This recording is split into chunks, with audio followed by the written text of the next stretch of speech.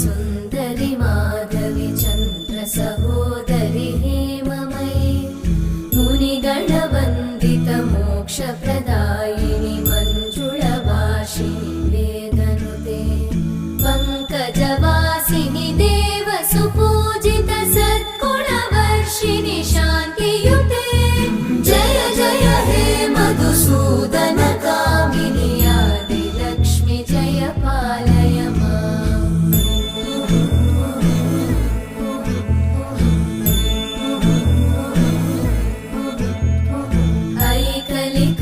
ऐकलिकल्मषनाशिनि कामिनि वैदिक